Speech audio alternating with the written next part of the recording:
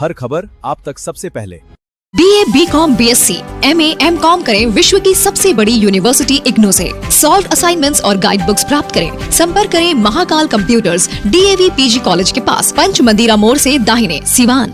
गोपालगंज से इस वक्त की बड़ी खबर आ रही है, जहां इमाम की हत्याकांड मामले का गोपालगंज एसपी ने खुलासा कर दिया है। नाबालिग बालक ने पंचायत की सजा से बचने के लिए कर दी थी इमाम की हत्या। बिहार के गोपालगंज जिला के उचगा गांव थाना क्षेत्र स्थित अरना बाजार जामा मस्जिद के इमाम शेख शफीक खान की हत्याकांड मामले का पुलिस ने 72 घंटे के अंदर खुलासा कर दिया है। गोपालगंज एसपी ने इस पूरे हत्याकांड का खुलासा किया है। पंचायत की सजा से बचने के लिए नाबालिग बालक ने ही इमाम की धारदार कैंची से गोद कर हत्या कर दी थी। नाबालिग बालक ने मामले में अपनी संलिप्तता स्वीकार कर लिया है। उचका गांव थाना क्षेत्र के अरना बाजार के झिरवा पथ पर स्थित जामा मस्जिद के इमाम शेख शफीक खान रविवार की रात हो रही बारिश के दौरान गर्मी को देखते हुए खाना खाने के बाद मस्जिद के टीन शेड वाले बरामदा में चरपाई पर बिस्तर लगाकर सो रहे थे। इसी दौरान करीब 1 बजे रात में मस्जिद की चारदीवारी कूदकर अंदर घुसकर उनकी धारदार हथियार से कई वार कर उनकी हत्या कर दी गई थी। सोमवार की सुबह मस्जिद से अजान की आवाज नहीं मिलने पर मौके पर पहुंचे ग्रामीणों को चरपाई के नीचे बरामदे में जमीन पर मृत पड़े इमाम को देखकर मामले की जानकारी हुई, जिसके बाद सूचना आग की तरह फैलते ही वहां भीड़ जमा हो गई। ग्रामीणों से मिली सूचना के आधार पर मौके पर पहुंचकर पुलिस ने मामले की जांच पड़ताल शुरू कर दिया। पुलिस ने क्लिनिक में लगे सीसीटीवी फुटेज व 1 सप्ताह पूर्व इमाम की चोरी की गई मोबाइल की घटना को लेकर चल रहे विवाद को देखते हुए मस्जिद के समीप घर में रहने वाले एक नाबालिग बालक को हिरासत में लिया। पूछताछ करने के बाद मामला खुलते देर नहीं लगी। बुधवार की शाम प्रेस कॉन्फ्रेंस के दौरान एसपी विनय तिवारी ने मामले का खुलासा करते हुए बताया कि नाबालिग बालक और उसके पिता नशे के आदी हैं। परिवार की आर्थिक स्थिति भी ठीक नहीं है। अपना खर्च निकालने के लिए नाबालिग बालक कई बार मस्जिद के इमाम के कमरे में रखे रुपए की चोरी कर चुका है। 1 सप्ताह पूर्व भी आरोपी द्वारा इमाम का कुछ रुपए और एंड्रॉयड मोबाइल फोन की चोरी कर लिया गया था। बाजार में मोबाइल बिक्री के दौरान इमाम की चोरी की गई मोबाइल का पहचान होने के बाद मामले का खुलासा हो पाया था। इसकी जानकारी मिलने के बाद इमाम द्वारा सोमवार की सुबह मस्जिद में मुस्लिम समाज के बीच नाबालिग बालक के विरुद्ध पंचायती कर सजा दे जाने की बात कही थी। समाज में होने वाली बदनामी से बचने के लिए पंचायती से पूर्व रात्रि में ही नाबालिग बालक ने इमाम की हत्या करने की योजना बना ली। वहीं देर रात चारों तरफ सुनसान हो जाने पर 1 बजे रात में मस्जिद की चारदीवारी को फांदकर अंदर घुसे नाबालिग बालक ने घर से ले गए कैंची से मस्जिद के बरामदा में सो रहे इमाम पर कई बार हमला कर उनकी हत्या कर दी। पूछताछ के दौरान नाबालिग बालक ने पुलिस को बताया कि घटना के दौरान इमाम शोर नहीं मचा सके, इसके लिए उसने सबसे पहले उनके गर्दन पर लगातार जोर लगाकर 2 बार हमला कर दिया। गर्दन क्षतिग्रस्त होने के कारण इमाम हल्ला नहीं मचा सके, जिसका फायदा उठाते हुए नाबालिग बालक ने कैंची से पेट और पीठ पर लगभग 10 बार वार कर मस्जिद के इमाम की हत्या कर दी। घटना को अंजाम देने के बाद साक्ष्य को छुपाने के लिए कैंची को धोने के बाद कपड़े पर लगे खून के साक्ष्य को खत्म करने के लिए मस्जिद में पढ़े जाने वाली पुस्तक के कई पन्ने फाड़कर ही गांव से बाहर चौवर में ले जाकर कागज में आग लगाकर पहने गए कपड़े को जला दिया। पूरी साक्ष्य खत्म करने के बाद नाबालिग बालक अपने घर में आकर सो गया, परंतु पूर्व में हुई घटना की आशंका के आधार पर नाबालिग बालक को हिरासत में लेने के बाद मामले का खुलासा हो गया। एसपी ने बताया कि नाबालिग बालक की निशानदेही पर पुलिस ने बालक द्वारा घटना के दौरान पहने गए कपड़े को अधजले अवस्था में और घटना में प्रयुक्त कैंची को ही बरामद कर लिया है। आइए आपको सुनाते हैं एसपी विनय तिवारी ने और क्या कुछ कहा है। अरना बाजार है यहाँ पर और इसी गांव में एक मस्जिद है, तो मस्जिद के मौलवी जी की हत्या हुई थी। 16 तारीख की ये घटना थी और इस पूरी घटना में जो मौलवी जी थे, जब उनकी डेड बॉडी का यहाँ पर निरीक्षण किया गया, तत्काल एसडीपीओ हथुआ पहुँचे थे और पूरी टीम भी पहुँची थी। उसके बाद एक एसआईटी का गठन किया गया था। एसआईटी ने पूरा अनुसंधान किया और मात्र 72 घंटे के अंदर पूरे कांड का उद्भेदन हो गया। मुख्य अभियुक्त तो सारी जो अनुसंधान थी वो सारा कंप्लीट हो गया। जब ये हत्या हुई थी तो हत्या के बाद मौलवी जी का जो मोबाइल था वो हत्यारा लेकर के चला गया था। उनकी सिम उसमें लगी हुई थी, वो भी लेकर के चला गया था। और कुछ पैसे भी थे उनके कमरे में, क्योंकि वो मस्जिद के जो वरांडा है, वरांडा में सोते थे और बगल में एक कमरा था, उस कमरे में उनका कुछ पैसे वगैरह भी रखे हुए थे, वो लेकर के और मोबाइल लेकर के अपराधी चला गया था। घटना के बाद एफएसएल की टीम यहाँ पर आई थी। एफएसएल की टीम ने काफ़ी विस्तृत और गहराई से एक एक बिंदुओं का परीक्षण किया। हम लोग भी यहाँ पर आए थे, मैं भी आया था, एसआईटी पूरी टीम आई थी एसआईटी की, एक एक बिंदु का निरीक्षण किया और पिछले 72 घंटे से हम लोग इस घटना के उद्भेदन में लगे हुए थे। पूरी घटना क्लियर हुई और जो मुख्य अभियुक्त है जिसने ये घटना की है उसको गिरफ़्तार कर लिया गया है। और जो मोबाइल था मौलवी जी का, जो कि वो लेकर के चला गया था हत्या के बाद, वो मोबाइल अभियुक्त के निशानदेही पर मोबाइल बरामद हुआ। उनकी जो सिम थी वो सिम लेके चला गया था, वो सिम बरामद हुई है। जिस हथियार से मारा था वो ब्लड स्टेन्ड उस पर हैं, खून लगा हुआ वो धारदार हथियार भी मिल गया है। और चूँकि जो मारने का तरीका था उससे पूरा ब्लड पूरे घटनास्थल पर ब्लड फैल गया था, तो इससे स्पष्ट हो रहा था कि अभियुक्त के कपड़ों पर भी ब्लड आया होगा। तो अभियुक्त ने घटना के बाद अपना कपड़ा जो है वो जलाने का प्रयास किया। कागज़ ले गया था, वो कागज़ के बीच में कपड़ा रख करके जलाने का प्रयास किया, तो वो अधजला कपड़ा मिल गया है जिसमें कि ब्लड स्टेन लगे हुए हैं।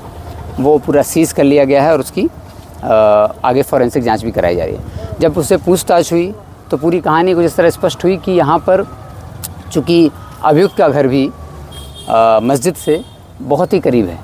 मस्जिद के करीब घर होने की वजह से अभियुक्त जो हैं लगातार मस्जिद के आसपास आते रहते थे और मौलवी जी से परिचित भी थे, अपना घूमते रहते थे। जब अभियुक्त ने सब कुछ देखा और आज से करीब 2-2.5 महीने पहले एक पंचायती हुई थी। अभियुक्त का परिवार जो है, अभियुक्त स्वयं नशे का शिकार हैं, नशे की तरह तरह का नशा करते रहते हैं। उनके जो घर में उनके पिताजी हैं वो भी आदतन नशे के सेवन करते रहते हैं, जैसे कि शराब आदि का सेवन वो करते हैं।